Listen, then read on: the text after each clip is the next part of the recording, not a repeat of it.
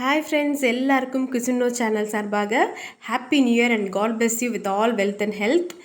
பாப்பா உங்களுக்கு விஷ் பண்ண போகிறா பாருங்க.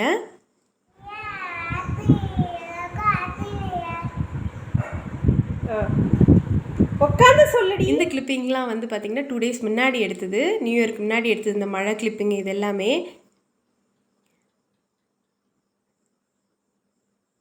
நீங்கள் நம்ம சேனலுக்கு இப்போ தான் ஃபஸ்ட் டைம் வரீங்கன்னா கண்டிப்பாக சப்ஸ்கிரைப் பண்ணிக்கோங்க. பக்கத்தில் பெல் சிம்பிள் இருக்கும், அதையும் கிளிக் பண்ணிக்கோங்க.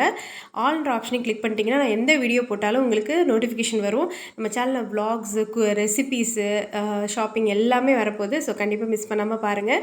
இந்த வீடியோவில் வந்து சாக்லேட் கனாஷ் ரெசிபி வந்து நம்ம க்ரீம் இல்லாமல் சாக்லேட் இல்லாமல் எப்படி பண்ணுறது அப்படின்றது போட்டிருக்கேன். ரொம்பவே சூப்பராக இருக்கும்.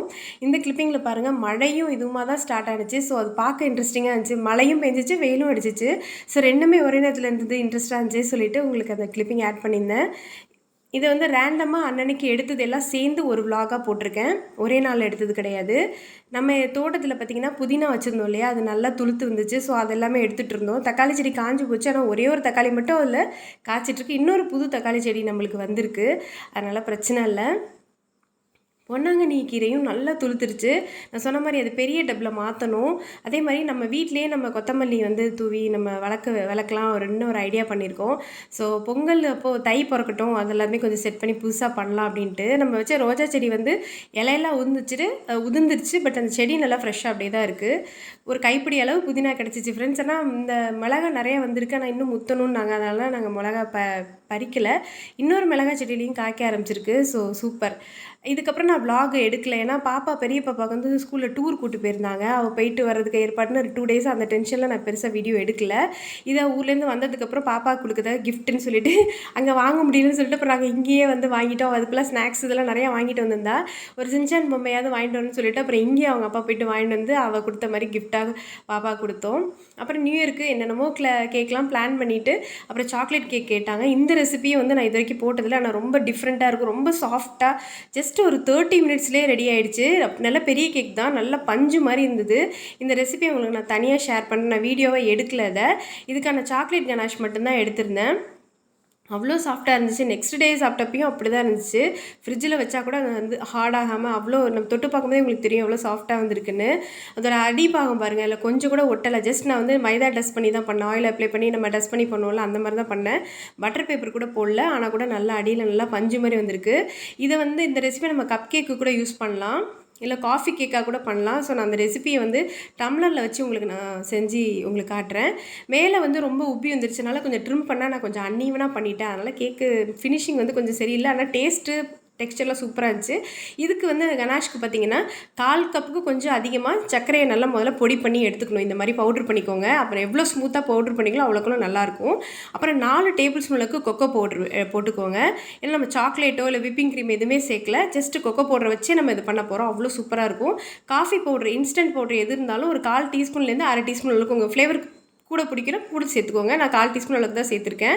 போட்டுட்டு 2 காய்ச்சி ஆறின பால் 2 டேபிள் ஸ்பூன் ஃபஸ்ட்டு சேர்த்துக்கோங்க. நிறையா சேர்த்துறாதீங்க, கொஞ்சம் கொஞ்சமாக தான் சேர்க்கணும். போட்டுட்டு நல்லா மிக்சியில் அடிச்சுக்கோங்க. இந்த மாதிரி உங்களுக்கு ஒரு பேஸ்ட் மாதிரி ஃபார்ம் ஆகும். இது இன்னும் டைட்டாக இருக்குது. மறுபடியும் 2 டேபிள் ஸ்பூன் ஊற்றி இந்தமாதிரி அடிச்சிட்டிங்கன்னா நல்லா க்ரீமாக ஆட்டம் வரும். இதை நீங்கள் சும்மாவே ப்ரெட்டெல்லாம் இதெல்லாம் போட்டு சாப்பிட்டா நல்லாயிருக்கும். சும்மாவே அடித்து சாப்பிட்டாலுமே நல்லாயிருக்கும். ஆனால் நம்ம ப்ரெட்டில் போடுறப்ப இன்னும் அது செட் ஆகணும் இல்லையா, மேலே க்ரீம் நல்லா ஷைனிங்காக செட் ஆகிற மாதிரி வேணால் உங்களுக்கு பட்டர் ஏதாவது போட்டால் தான் நல்லாயிருக்கும். ஸோ அதனால் 2 ஸ்பூன் அளவுக்கு பட்டர் போட்டிருக்கேன். நீங்கள் நெய் யூஸ் பண்ணலாம், பட் நெய்யை விட பட்டர் வந்து இன்னும் ஃப்ளேவர் நல்லாயிருக்கும்.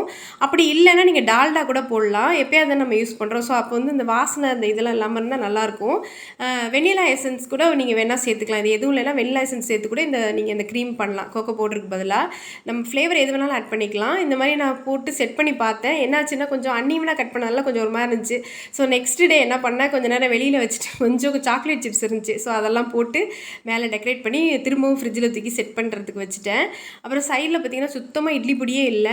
நம்ம சேனலில் ஆல்ரெடி இட்லி பொடி, பூண்டு பொடி ரெசிபிலாம் நம்ம தஞ்சாவூர் ஸ்டைலில் உள்ளதெல்லாம் இருக்குது. வேணுங்கிறவங்க நீங்கள் ப்ளேலிஸ்ட்டில் போய்ட்டு செக் பண்ணுங்கள், சைட் டிஷ் ரெசிபீஸில் இருக்கும். ஸோ இட்லி பொடியெல்லாம் இடித்து எடுத்து வச்சுருந்தோம். ஏன்னா லட்டுக்கும் எனக்குலாம் பொடி இல்லாமல் முடியாது. ஸோ இட்லி பொடி இடிச்சிட்டு இருந்தோம். அதுக்கப்புறம் வந்து vlog அத்தோடு ஸ்டாப் பண்ணியாச்சு. மார்னிங் வந்துட்டு கேக் வெட்டுறதுக்காக பாப்பா ரொம்ப நேரம் அவள் தான் ஃபஸ்ட்டு ரெடியாக இருந்தா.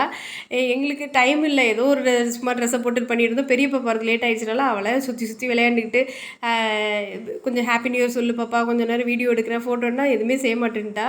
ஸோ அப்படியே ஒரு மாதிரி எடுத்துகிட்டு இருந்தோம். கேக் நல்லா செட் ஆகி சூப்பராக வந்துருந்துச்சு. பட் இன்னும் கொஞ்சம் நல்லா டெக்கரேட் பண்ணிக்கலாம்னு அப்புறம் தோணுச்சு. அப்புறம் நான் வந்து சும்மா வீடியோலாம் எடுத்துகிட்டு இருந்தோம். அப்புறம் பாப்பா அவளை வந்து கேக்கு கட் பண்ணி சும்மா ஒரு பீஸ் நான் ஃபோட்டோ எடுக்கலாம்னு நினச்சேன். அந்த ஒரு சிங்கிள் பீஸை தம்ப்நெயிலில் போட்டால் அவங்களுக்கு இன்னும் தெளிவாக தெரியும் உள்ள டெக்ஸ்சர் எப்படி இருக்குன்ட்டு. ஆனால் அதை எடுக்காமல் விட்டுட்டேன்.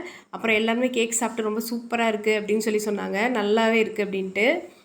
அதுக்கப்புறம் அதுக்கப்புறம் ஸ்டாப் பண்ணிட்டேன் ஃப்ரெண்ட்ஸ். நெக்ஸ்ட்டு டே வந்து நம்ம சேனலுக்காக ஃப்ரெஞ்ச் ஃப்ரைஸ் வந்து ஈஸியாக எப்படி பண்ணுறது அப்படின்றது ரெசிபி ஷூட் பண்ணியிருக்கேன். அதை கூடிய சீக்கிரம் வரப்போகுது. அன்றைக்கி வந்து தயிர் சாதம் பண்ணி உருளைக்கிழங்கு வெங்காயம் தக்காளி போட்டு மசாலா மாதிரி பண்ணி இந்த ஃப்ரெஞ்ச் ஃப்ரைஸை வச்சு அன்றைக்கி ஓட்டிட்டோம். ஆனால் சூப்பராக இருந்துச்சு. ரொம்ப குயிக்காக ஈஸியாகவே பண்ணிட்டோம் அந்த ரெசிபி. அது கூடிய சீக்கிரம் வரப்போகுது. ஸோ இந்த வீடியோ உங்களுக்கு பிடிச்சிருக்குன்னு நம்புகிறேன்.